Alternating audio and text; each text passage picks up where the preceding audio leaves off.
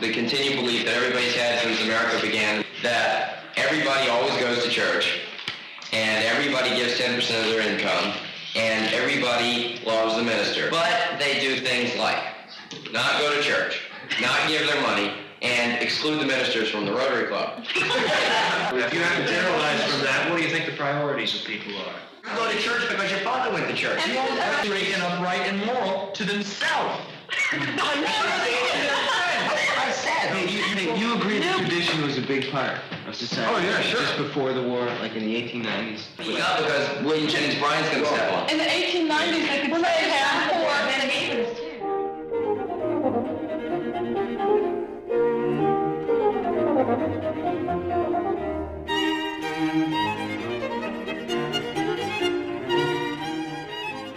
The story begins in 1870 when John D. Rockefeller started a little business.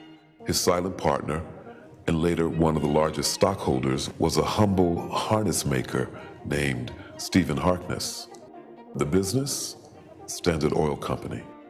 When Stephen Harkness died, his son Edward eventually inherited everything and became one of the wealthiest men in the United States. Edward Harkness inherits the entire fortune, and then he and his mother and his wife give it all away. He was a guy who lived the notion that we have of non-civi every day in his life, and over the course of his life, he and his wife Mary found all sorts of great causes that they wanted to support with their philanthropy. At first, Edward spent most of his money in New York City. He gave much of his money to the Columbia Presbyterian Hospital, New York Public Library, and the Metropolitan Museum of Art. In today's dollars, Harkness gave away the equivalent of nearly $2 billion. He did not, however, care for personal recognition or gain. What is perhaps most striking about Edward Harkness's character is that in all of his philanthropy, he never allowed his own name to be attached to a gift, and in most cases was very clear about the fact that he would prefer that the amount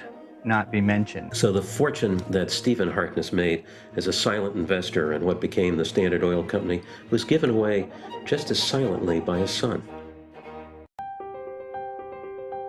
Learning did not come naturally to Edward Harkness. He did not do very well in school, but he did manage to graduate from Yale College. From then on, he felt somehow that it was his duty to do something to improve the educational system. While Harkness was at Yale, he observed the fact that larger classes meant a much less personal kind of educational experience. The classes were taught by lecture. A lot of emphasis was on rote learning. And at this particular time, the university was expanding rapidly as well. Students were being added. There was no place for them to live on campus. So the whole experience, socially and educationally, was less personal and less focused. So in 1928, Harkness approached Yale with a proposal to fund a college system that would reorganize teaching and living arrangements. The proposal was to construct more classrooms, to construct residential colleges, to allow students to live in a small college so that they had the benefits of a smaller learning environment within a larger. Unfortunately, Yale and Harkness did not come to an agreement. Yale could not agree with Harkness. Harkness and Yale couldn't come to an agreement. Yale wasn't quite ready for that, so Harkness approached Harvard. They gladly accepted his gift of $11 million. Yale then realized they had made a mistake, and they changed their minds. They approached Harkness, rethought their original position, and created the college system which they have today, and that was based on a gift of $12 million that Harkness gave them. Harkness also made gifts to Columbia University, Cornell, Swarthmore, Western Reserve, Carleton, Colgate, Amherst, and Williams. He supported the women's colleges, Vassar, Wellesley, Sarah Lawrence, and Mount Holyoke, and the black colleges, Atlanta University, Hampton Institute, Tuskegee Institute, and Fisk University. But Edward Harkness understood, however, that true change also required a transformation at the secondary school level. His next step was to involve Phillips Exeter Academy. Lewis Perry, the 8th principal of the Academy, couldn't have taken over the school at a tougher time. In fact, just after he became principal, the Academy building burned down. His whole career here was a time of considerable hardships. There were 2 world wars. There was the Great Depression. Exeter actually operated in debt and borrowing money each year to keep going through the 1920s. And one of the things that sustained him during that time was his friendship with Edward Harkness. The friendship between the Perrys and the Harknesses actually goes back to 1902, when they met on a train when both couples were on their way to a wedding. Apparently it was a good enough friendship so that 2 years later, when Edward and Mary Harkness were on their honeymoon, they came to Williamstown and visited with the Perrys. Harkness and Perry loved to go to the theater together. They spent many times attending plays in New York City. One of the ironies of the relationship between Perry and Harkness was the fact that Perry, at the start, never realized that Edward Harkness was one of the richest men in the country. He, of course, was living on an instructor's salary, teaching at Williams, and when he would go to the theater to have dinner and see a play with Harkness, he would always insist that if Harkness bought the tickets, he would pay for dinner. Lewis Perry wrote, "I had never known in the early days that Ned Harkness was such a rich man. Years after, out of the clear sky, Ned said, 'You know, Lewis, that there is no man in the world I care for more than you. Do you want to know why? Because you were such a damn fool that you did not know I had money.'" One night when they were at the theater, Harkness turned to Perry and he said, "Lewis, there's something I've been thinking about, something I'd like to do for you, but really for Phillips Exeter Academy and for education in general. If you and your faculty members could come up with some kind of a plan to improve education at that level, I will give you all the money you need to carry it out." To help stimulate new ideas, Harkness suggested that Perry visit British schools to observe their approach to education.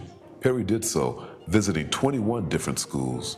Back home, he assembled a committee to formulate the proposal to Harkness. Unfortunately, Harkness rejected their first attempt, and in a subsequent meeting, more fully outlined his vision. There are notes in the Academy archives that have been attributed to Lewis Perry, obviously taken at a meeting with Harkness. This little slip of paper, for instance, says, "Harkness felt that we did not have anything new enough and fundamental enough. He has his mind fixed on smaller classes, 8 to 10, and on the conference method of instruction." As the dialogue with Harkness evolved, he finally became much more specific about what he was looking for in education. And in fact, he said, "What you're trying to do is simply add to what you have today. I'm really looking for something that's much more of a fundamental kind of change." The system of education we have today, where the teacher stands on a platform and lectures to a group of 20 or 30 boys, may work well for the smart students, but for people like me, who are the diffident students or the middling students, it doesn't work so well at all. Although there was considerable skepticism and debate among Exeter's committee members, they settled on a new proposal that would cost over $5 million. On October 30, 1930, Lewis Perry came up with a detailed plan which he sent to Harkness. The plan involved a round table, 12 students, a dedicated teacher, teachers talking, students talking, conversation, learning. It also involved a new dormitory plan in which students would come to Exeter and spend their first 3 years in the same dormitory with the same instructor in small groups. Harkness accepted the proposal a week after receiving Perry's letter. He wrote, "I have been greatly interested in your plan. The proposed method of teaching and housing at Exeter coincides with my ideas. When this gift is made public, will you be kind enough to see that no mention is made of the amount thereof?" The final amount pledged by Harkness was $5,840,000. Today, his quiet gift is the equivalent of $69 million. The Academy didn't quite spend it all. They, in fact, returned some $59,000 to Harkness unspent after they had implemented his plan. Most important, instead of rote answers, there were now conversations and questions in new classrooms, each equipped with an oval table. Tables that would one day be known, despite the modesty of their donor, as Harkness tables. What this gift also gave us was the people around that table. Some of the beloved teachers like Bill Saltonstall, Arthur Landers, Arthur Weeks, Hammy Bissell, Howard Easton. Without any modesty or humility, in 1930, a young Exonian writer summed it all up. "This gift means to the students, to the faculty, and to Dr. Perry a new Exeter. This gift means a great Exeter, an Exeter which will not only carry on all the ideals and qualities of today, but most probably will also make it possible to build up the greatest secondary school in the world, a true contribution to education and mankind.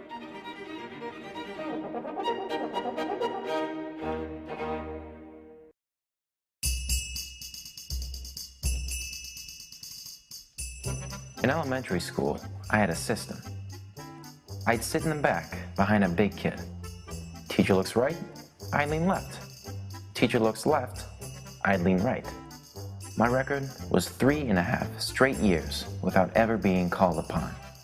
Of course, now I'm at Exeter. It's almost as if Edward Harkness looked forward in history accusingly right at me and said, "Hey Brad, we're all gonna sit in an oval."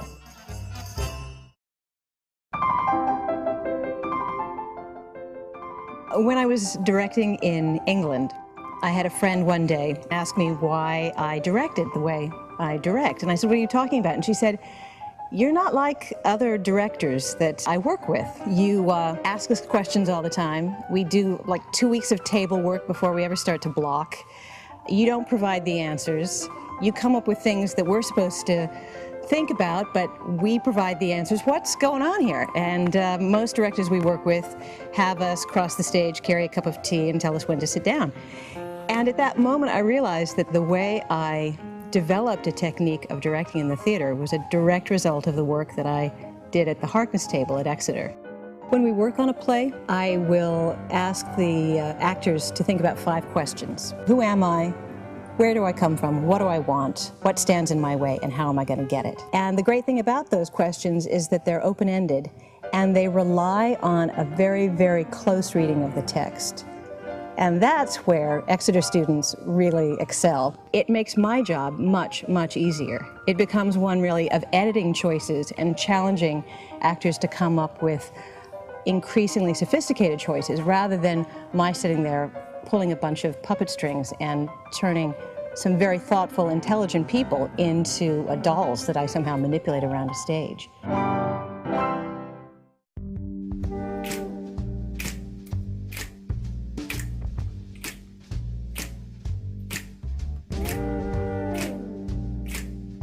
In the pre-Harkness era, the instructor was positioned in front of the class on a raised platform.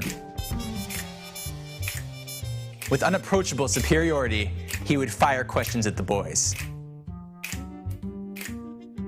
If a student thought he knew the answer, he would snap his fingers to indicate that he wished to be called upon. Most visitors to campus were startled by this Exeter custom. If a student would hesitate in answering, a fusillade of snaps from others who felt they knew the answer would ring out. Those who succeeded in this environment were called sharks. And Harkness, well, he was anything but a shark. And for our sake, thank heaven, he intervened.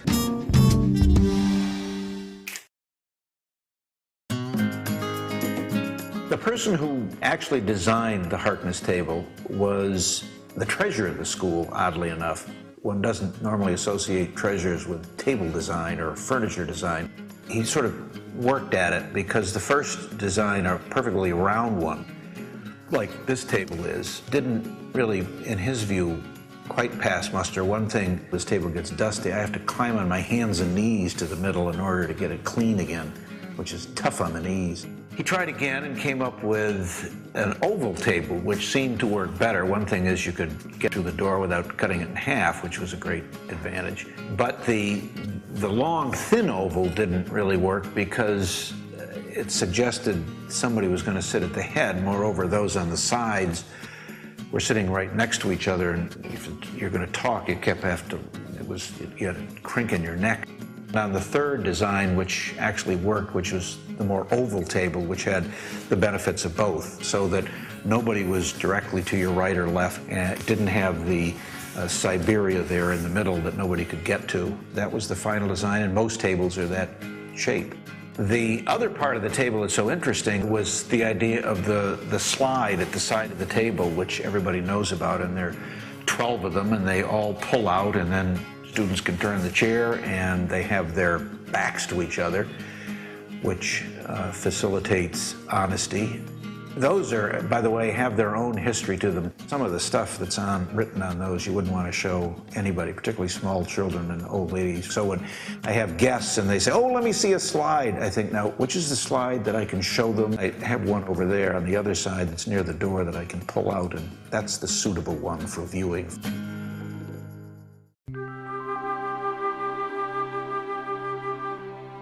The Harkness table was a nurturing place where I blossomed academically. The slides, however, still terrify me.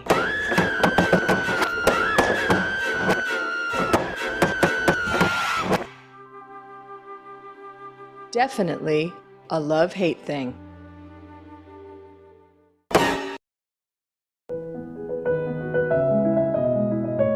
I'm the Executive Director for New Leaders for New Schools in the Bay Area, a national nonprofit working to close the achievement gap, making sure that every kid achieves at high levels. We work exclusively in public schools that are in urban settings with a large percentage of low-income students, usually a large percentage of minority students. I have a core in me that comes from Exeter and comes from the expectation that, of course, every kid is going to be successful. That's something that we are trying to infuse into these schools where formerly there have been 7 to 17% of kids reading at grade level. It is not the teacher's responsibility to stand in front of a class and to be conveying knowledge in some way. Trying to explain that to someone who didn't go to Exeter can be really challenging because they say, well, what's the teacher doing then?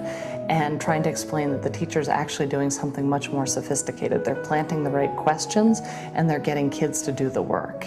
And they're getting kids to be the active learners. The schools that I'm working in now are always under-resourced, so you can't expect to have the beautiful tables, but to start thinking about how can you arrange the desks so the same sort of interaction is happening?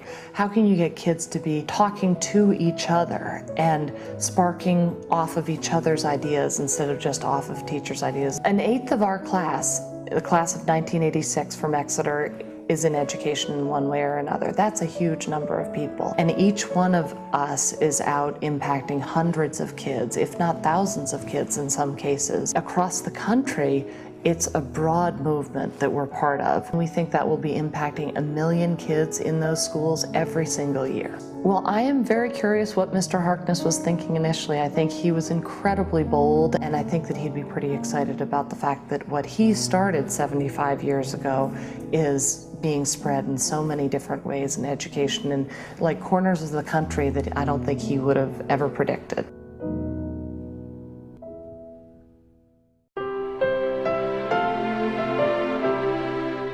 What is the value of a gift?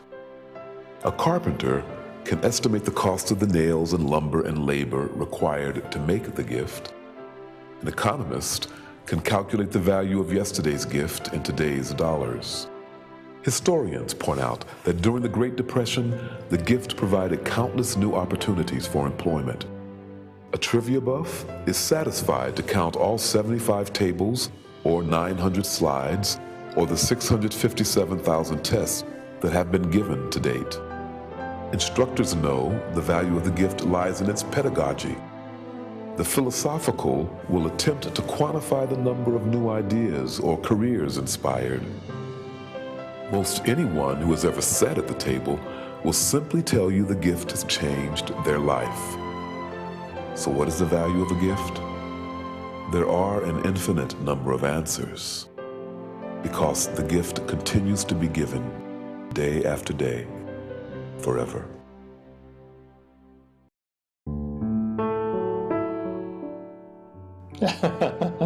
I'm Lewis Perry Jr., and I graduated in 1932. My father was the principal of Phillips Exeter from 1914 to 1946. As a result of that, I met all sorts of famous people. Instead of staying at the inn the way they do now, they stayed in the Great White House, and I met them at breakfast. What I first remember about Ed Harkness was, compared to some of my father's other more rollicking friends, he was just a very quiet, nice man. And I know from my own experience that the difference between the old Exeter with the teacher on a platform and saying, stand up and recite like a man, which is something that's terrifying when you heard it. And if you knew the answer, you snapped your fingers like that. And I can't do it anymore, but that was how you did it. And there was a question of whether I was going to pass math for the year.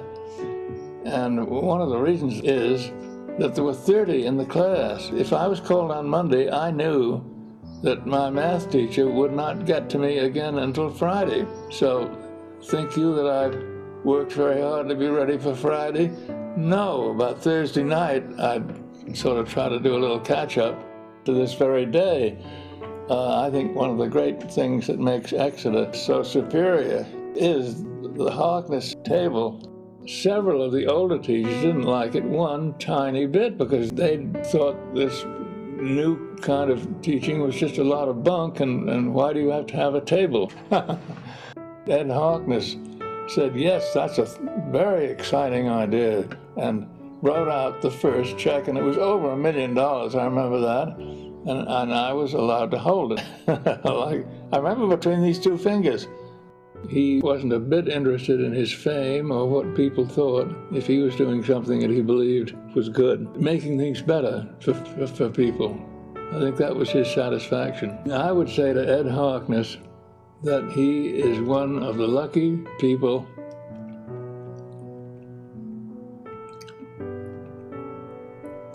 in the world that was able to make the world a better place.